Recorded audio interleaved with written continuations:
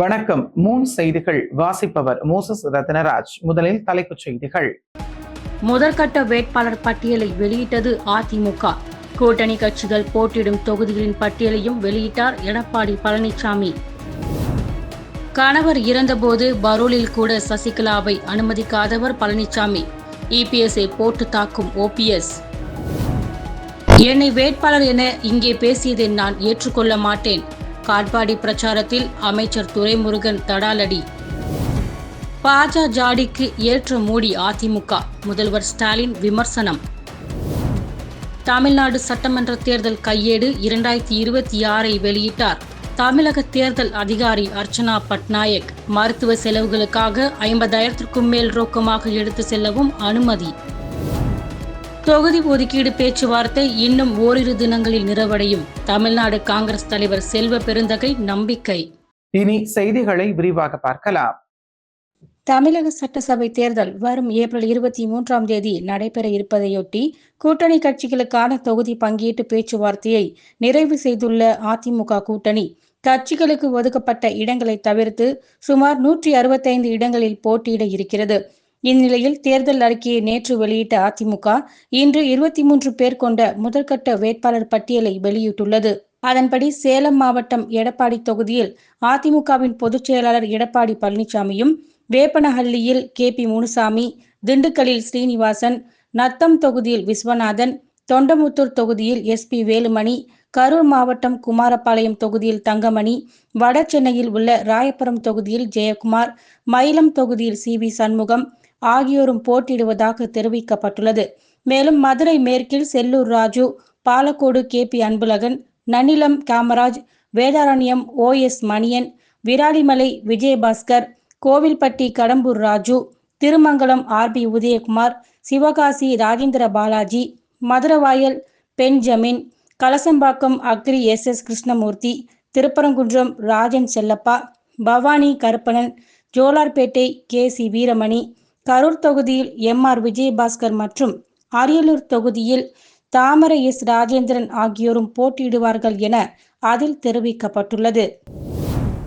அதிமுக தலைமையிலான கூட்டணியில் இதுவரை பாஜகவுக்கு 27, பாமகவுக்கு 18, அமமுகவுக்கு 11, தமாகவுக்கு 5 என இந்திய ஜனநாயக கட்சிக்கு 2, தமிழக மக்கள் முன்னேற்ற கழகம் 1, புரட்சி பாரதம் 1 தொகுதியும் ஒதுக்கப்பட்டுள்ள நிலையில் அந்தந்த கட்சிகள் போட்டியிட உள்ள தொகுதிகளின் பட்டியலையும் இன்று வெளியிட்டார் அதிமுக பொதுச் செயலாளரான எடப்பாடி பழனிசாமி. இதற்காக இன்று மதியம் சென்னை ராயப்பேட்டையில் உள்ள அதிமுக தலைமை அலுவலகத்தில் கூட்டணி கட்சி தலைவர்கள் முன்னிலையில் செய்தியாளர்களை சந்தித்த அவர் கூட்டணி கட்சிகள் போட்டியிடவிருக்கும் தொகுதிகளின் பட்டியலை வாசித்தார். தேசிய ஜனநாயக கூட்டணியை அங்கமைக்கின்ற பாரதிய ஜனதா கட்சி ஏற்கனவே 27 இடங்கள்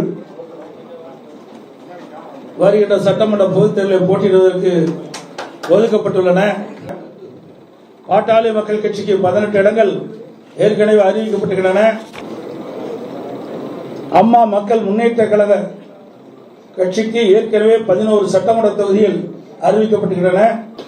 இந்திய ஜனநாயக கட்சி போட்டியிடுகின்ற விவரங்கள்: 1 பல்லாவரம், 2 குன்னம், 2 சட்டமன்ற தொகுதியிலும் இந்திய ஜனநாயக கட்சி போட்டியிடும். தமிழக மக்கள் முன்னேற்ற கழகத்திற்கு 1 இடம் ஒதுக்கப்பட்டிருந்தன. அதனுடைய விவரம்: விருதுநகர் மாவட்டம் ராஜபாளையம் சட்டமன்ற தொகுதி ஒதுக்கப்பட்டிருந்தது.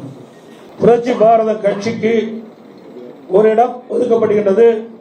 அதனுடைய விவரம்: திரு கீழ் வைத்தியான் குப்பம், கீழ் வைத்தியான் குப்பம் அந்த KV குப்பம் தனி அந்த தொகுதிக்கு, இந்த தொகுதியை புரட்சி பாரத கட்சிக்கு ஒதுக்கப்பட்டுள்ளன. தொடர்ந்து சென்னை மயிலாப்பூர் பெரிய கோவிலுக்கு சென்று சுவாமி தரிசனம் செய்த எடப்பாடி பழனிசாமி அங்குள்ள தேரடி வீதியில் இருந்து 2026 சட்டமன்ற தேர்தலுக்கான தனது முதல் சூறாவளி சுற்றுப்பயணத்தை துவங்குகிறார். திமுக தேர்தல் பிரச்சார பொதுக்கூட்டமானது ஓ பன்னீர்செல்வத்தின் சொந்த ஊரான பெரியகுளத்தில் நேற்று நடைபெற்றது.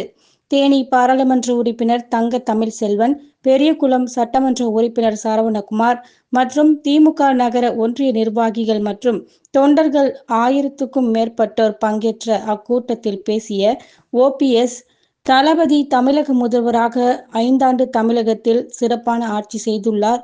நாட்டு மக்களுக்கு என்ன தேவையோ அதை முழுமையாக அறிந்து தற்பெற்ற பயிற்சி, முத்தமிழ் அறிஞரிடம் பெற்ற நிர்வாக பயிற்சியை நாட்டு மக்களுக்கு அர்ப்பணித்த தலைவர் தளபதி என முதல்வர் மு.க.ஸ்டாலினின் சாதனைகளை பட்டியலிட்டு பேசிய அவர், அம்மா காலமானதற்கு பின்னால் சின்னம்மா தான் என்னை முதல்வராக்கினார்.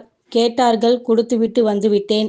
ஆனால் பழனிசாமி ஊர்ந்து சென்று சின்னம்மா காலை தொட்டு முதலமைச்சர் ஆனதற்கு அவர் நன்றி கெட்ட மனிதராக மாறிவிட்டார்.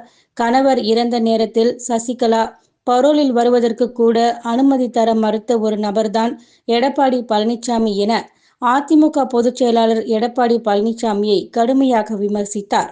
முன்னாள் முதல்வர் ஓ பன்னீர்செல்வம் திமுகவில் இணைந்த பின்பு அவரின் சொந்த ஊரான பெரியகுளத்தில் நடைபெறும் முதல் பரப்புரை கூட்டம் இது என்பதும் குறிப்பிடத்தக்கது. வணக்கத்திற்கு மிகுந்த மரியாதைக்குரிய நம்முடைய தளபதியுடைய அன்பான கட்டளையை ஏற்று இன்று இங்கு நடைபெற்றுக் கொண்டிருக்கின்ற பெரியகுளம் சட்டமன்ற தொகுதி அளவிலான கூட்டத்தினுடைய தலைவர்